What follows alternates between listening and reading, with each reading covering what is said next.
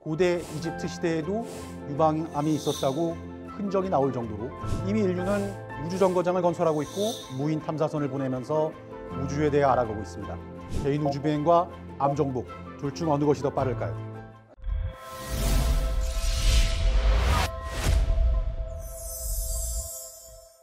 안녕하세요. 강하게 암을 이겨내자 암스트롱입니다. 직업이 직업이다 보니 많은 질문을 받습니다. 암을 과연 정복하는 것이 가능한지에 관해서요. 의학기술이 눈부시게 발전하고 있는 이 시대에 그러면 도대체 왜 암은 정복되지 않는 것인지 많이들 물어보시더라고요. 그런데 그런 유형의 질문들 가운데 제 이목을 탁끈 질문이 있었습니다. 개인 우주비행이 가능해지는 시대가 되면 암도 정복되지 않을까요? 여러분은 어떻게 생각하시나요? 개인 우주비행과 암 정복, 둘 중 어느 것이 더 빠를까요? 지금 테슬라라는 기업이 무엇을 하는 기업인지는 세상의 모든 사람들이 다 알고 있습니다. 세상에서 가장 유명한 전기차 브랜드라는 것이죠. 그리고 이 기업을 설립했던 알론 머스크는 현재 스페이스X라는 인간 우주 비행 사업을 리딩하고 있습니다. 즉 우리가 생각하는 것보다 우주 탐험을 할 수 있는 시기는 앞당겨져 있다고 생각할 수 있습니다. 암은 어떨까요? 저는 암의 정복보다 우주 탐험의 시기가 더 빨리 올 것이라고 생각합니다. 지금부터 제가 왜 그렇게 생각하는지 하나하나 말씀드리도록 하겠습니다. 암이 우주 탐험보다 어려운 가장 큰 이유는 우주 탐험은 목표가 정확하지만 암은 그렇지 않다는 것에 있습니다.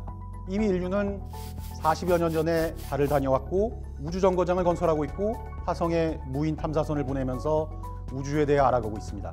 즉 더 나아가 우주 탐험을 하려면 어떤 기술을 더 개발해야 하는지, 필요한 자재는 무엇인지, 탐험에 나서는 우주인들은 어떤 훈련을 받아야 하는지, 우주를 다녀오면 어떤 신체의 변화가 일어나는지 등을 알고 있습니다.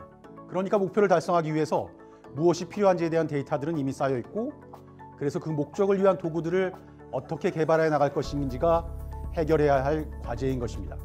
암은 많이 다릅니다. 암에 대한 데이터는 진짜 산더미처럼 쌓여왔습니다. 암의 역사는 고대 이집트 시대에도 유방암이 있었다고 흔적이 나올 정도로 인류와 함께 해온 질병입니다. 고대 이집트라고 이야기하면 잘 와닿지 않으시죠? 무려 기원전부터 존재해온 질병입니다. 반대로 우주 개발은 18세기경 인도에서 벌어진 마이소스 영국 전쟁에서 철제 로켓을 사용하면서 우주 개발 연표에서 최초의 기록이 됩니다. 더군다나 암을 치료하기 위해 들어갔던 자본과 노력은 우주 개발보다 크면 컸지 작진 않습니다.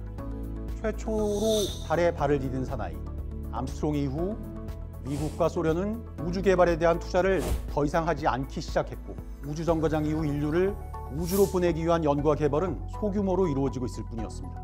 우주 탐험에 대해 세계가 다시 관심을 보이기 시작한 건 테슬라라는 거대 공룡 기업 CEO인 알론 머스크가 스페이스X 사업에 뛰어들면서 시작되었습니다. 반대로 암에 대한 연구는 단 한 번도 멈춘 적이 없습니다. 암을 정복하기 위한 사업은 다각도로 이루어져 왔습니다. 첫 번째로 기초 분야에서 암의 발생 기전에 대한 연구는 지난 50년간 엄청난 규모로 이루어졌습니다. 세포 수준에서의 변화, 더 깊게는 유전자의 변화 등을 알아내기도 했습니다. 또 일부 암에서는 임상적으로 적용할 수 있을 만큼 의미 있는 원인이 규명되기도 했죠. 두 번째로 중요한 것은 암 예방 사업입니다. 가장 대표적인 것은 금연운동이죠. 그 외에도 비형 간염은 간암의 위험 인자입니다.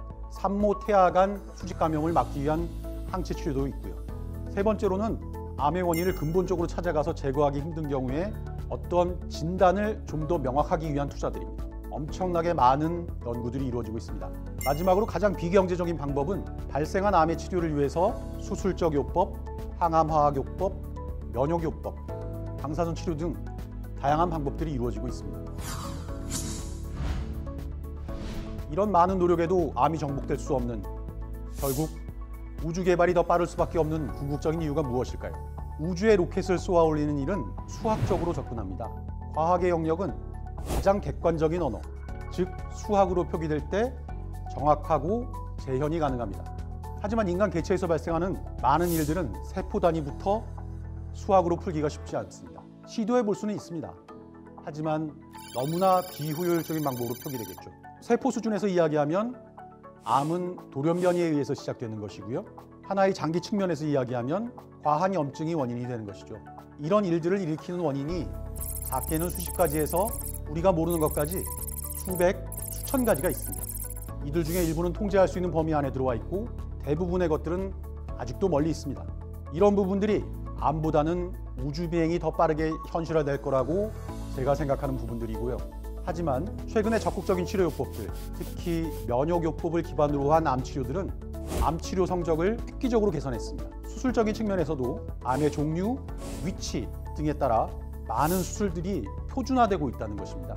실제로 이런 부분들은 나아진 치료 성적으로 반영되기도 하고요. 많은 연구자들의 노력이 앞으로 더 좋은 결과를 가지고 올 거라고 확신합니다. 결론을 말씀드리자면 암이 우주 탐험보다 빠르게 정복된다? 우주 탐험이 더 빠를 것 같습니다. 그렇다고 지금 암 환자분들이 치료 불가능하다는 소리는 절대 아닙니다. 암 의학 기술은 여러분이 생각하시는 것보다 훨씬 더 발전되고 있고 그 속도는 점점 가속화되고 있습니다. 암에 강하게, 굳건하게 맞서는 암스트롱 최규성이었습니다. 여러분 모두가 암의 위험에서 멀어지는 그날까지 암스트롱은 계속됩니다. 감사합니다.